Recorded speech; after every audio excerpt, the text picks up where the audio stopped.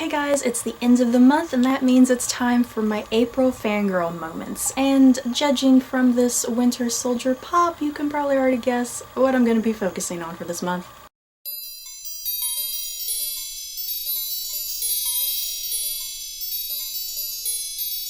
Well, there's not been too much that happened this month, so I figured I'll just dedicate this whole fangirl video for a review of Captain America Winter Soldier, which opened up at the beginning of the month. I could easily talk about Game of Thrones or Wonderland or Walking Dead, but I already did a book to screen for Walking Dead and a book to screen for Once Upon a Time in Wonderland, which you can watch if you haven't already, and I intend on doing a book to screen for Game of Thrones when the season is over, so I kind of don't really feel the need to sit and fill up time talking about those.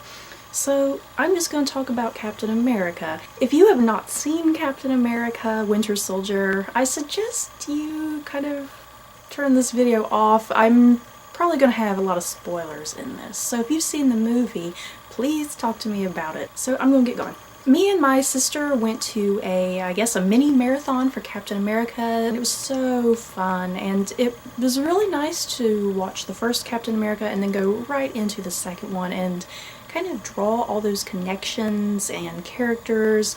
You guys know how much I love the Thor movies, but I really don't think of Thor as my favorite Avenger. If I had to pick a favorite Avenger, I think it would be Captain America. I don't know what it is about him. He's just like a cool dude, and he's really down to earth, and he's kind of a normal guy, really, out of all of the Avengers. And I like what Captain America stands for overall. So I think that's kind of why I consider him my favorite Avenger. And yeah, I do love the Thor movies, but mostly for Loki. And the thing is, I think I would say that the Captain America movies are also my favorites. So yeah, just going into movie 2, I freaking loved Captain America Winter Soldier. It was freaking awesome. What I particularly enjoyed with this installment of Captain America was the fact that it's kind of a political thriller, and all of the reviews that I've seen for this movie, that's basically how they kind of summed it up to, as a political thriller. Captain America, you know, he came from the 1940s, and then he got frozen in the ocean, and then he gets unfrozen, and then he joins the Avengers in the present day, and he has to adjust with all of that. And you know, movie 2 kind of basically takes off from that. Steve Rogers, Captain America, he's still trying to adjust to the modern world. He's discovering new things. He's also feeling a lot of loss for the things that he lost from the 1940s. For instance, Peggy and his friends and Bucky. And there's a really great partner at the start of the movie, and he's talking with the Falcon. Oh man, I can't remember what the Falcon's real name is, but he's talking to him, Anthony Mackie's character. And he has like a list of to-do items, and his list is so hilarious. I think he had like watched Star Wars or Star Trek on there. And also taking off from the Avengers movie, this whole notion of S.H.I.E.L.D. Captain America is working with S.H.I.E.L.D. now, and all is not right with S.H.I.E.L.D. There is some serious stuff going on within S.H.I.E.L.D. And getting right into the very first spoiler, like I said, turn away if you have not watched the movie. It turns out that S.H.I.E.L.D. is kind of controlled by Hydra, and Hydra was back in movie 1 with like the Red Skull. I really loved this element of Hydra kind of working within S.H.I.E.L.D. That was very interesting. I don't think I was even expecting that. And right from the start of the movie, the action just gets going. Nick Fury is in some trouble. He's being hunted down by this guy known as the Winter Soldier. And then Nick Fury kind of dies, but not really. I seriously thought Nick Fury had died, you guys. I was like, oh my god, they actually killed Nick Fury. They can't do that. But it turns out that he pops up later at the end of the movie, so it's all good. Everyone can chill. Some of the best parts of this movie were the interactions between Steve Rogers and Natasha Romanoff and the Falcon. Why can I not remember the Falcon's name? I should have got on IMDb before I did this video, you guys. But the interaction between those three characters was so fantastic and very genuine and believable.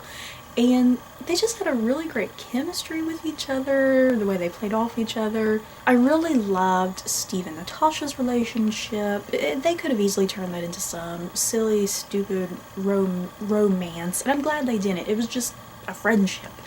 And you really got to know Natasha a lot better, and her character was really fleshed out. And then I obviously love the bromance between Steve and the Falcon. The Falcon, you guys, oh my god, the Falcon was awesome. When they finally gave him his metal wings from the military, I guess is where they came from. Oh, that was so badass. I loved it. And I really hope the Falcon pops up in the Avengers 2. I think he'd be very beneficial. I think he'd be much more beneficial than Hawkeye, sadly. But the big draw of this movie for me was the Winter Soldier, and Marvel wasn't really doing a good job of covering up the fact that the Winter Soldier was Bucky, aka Steve's friend back from the 40s who fell off that train into that deep ravine, and he should have died, but he didn't. The Steve and Bucky relationship, you guys, oh wow. Some people are shipping it. I suppose I could ship it too, but I'm going to just keep it away from shipping and just keep it at a very deep romance, you guys. And they have like a very brotherly relationship. And you kind of got to see a few additional flashbacks from the 40s with like little mini Steve, and before he gets, you know, the Captain America serum. And him and Bucky, and I guess Steve's parents had just died.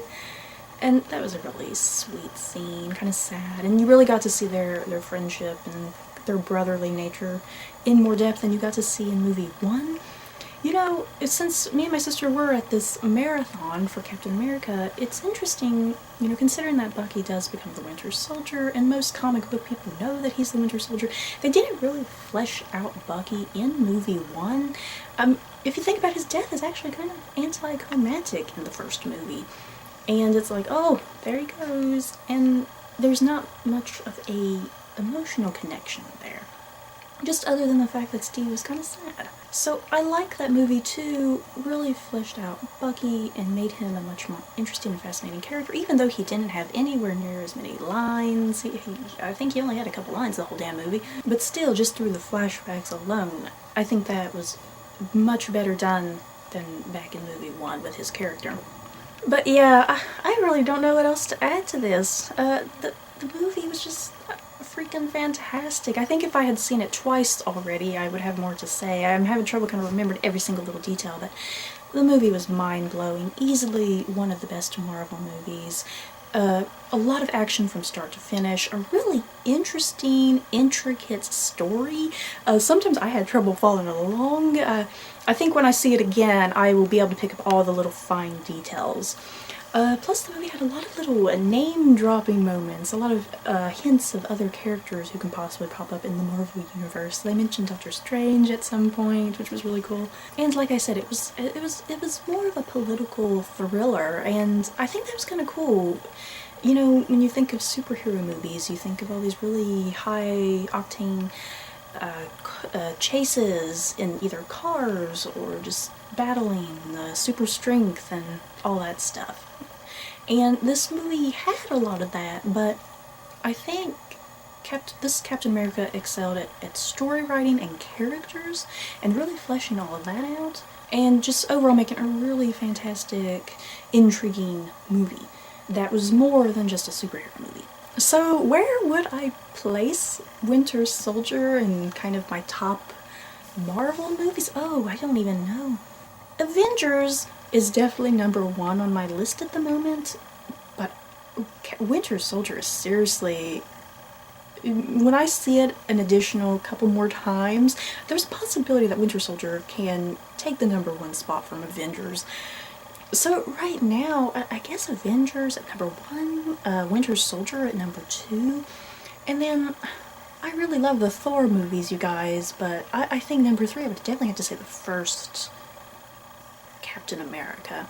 And you all may be wondering why I don't have any Iron Man kind of going on. I love the Iron Man movies, but it's mostly really just Robert Downey Jr. that I love as Tony Stark. The movies, I get a little lost in the movies sometimes with all the technical mumbo-jumbo, and I often have a little hard time just kind of following all of that. But yeah, I do still highly enjoy the Iron Man movies. I just wouldn't say they are my favorites. I would, for me personally, I think a lot of people would disagree with this, but I enjoy the Thor movies a heck of a lot more than the Iron Man movies. So yeah, the Iron Man movies at the end of the pack, and then the Thor movies, and then the Captain America movies, and then I guess Avengers. So what if you all had to list your favorite Marvel movies, how would you all list them? I have a feeling a lot of you probably put Iron Man much higher at the top than me. Okay, I guess that's it for my review of Winter Soldier. I feel like I just left a ton of stuff out. Oh lord, you guys, that ending of Captain America Winter Soldier, wow. Ooh, I really thought Bucky or Steve was dying. I was like, oh no. I'm glad at the end credits. Oh, I didn't even talk about the end credits, you guys. There was 2 end credits. The first end credit was Thomas Kretschmann. I'm probably mispronouncing his name, and I'm not sure what his character name is, but Thomas Kretschmann, he looks like a Hydra official and really creepy looking, and he's just in some lab and he's talking with somebody, and then he goes to like some prisons or something, and Quicksilver and Scarlet Witch, I believe is their names. They're down there doing their magical stuff, and so that's kind of leading up to Avengers 2, because those 2 characters are going to be introduced in Avengers 2 along with Thomas Kretschmann. And then the second end credit was Bucky going to the Captain America Museum and being like, hey, that's me from the 40s. Steve wasn't lying about that. And so they set that up nicely, that Bucky is definitely coming back for future movies. And I think Sebastian Stan already has a contract of like 9 movies or something ridiculous like that. So yay, I love Sebastian Stan. Oh lord, I loved him in the first Captain, and he popped up on Once Upon a Time as the Mad Hatter, and you guys know how much I love the Mad Hatter Once Upon a Time, so more Sebastian Stan is always great. And oh my goodness, he was sexy as the Winter Soldier, don't get me started. I am fangirling too much, you guys. That's the purpose of these Fangirl of the Month videos, for me to squee and act like an angsty teenager. But yeah, I think I'm rambling too much, you guys. How did you guys enjoy Captain America Winter Soldier? Please let me know. I would love to talk with you guys about it. Tell me the things that you liked, the things that you hated, whatever. So don't forget to like, comment, and subscribe, and if you liked this video, you may like these. Bye guys.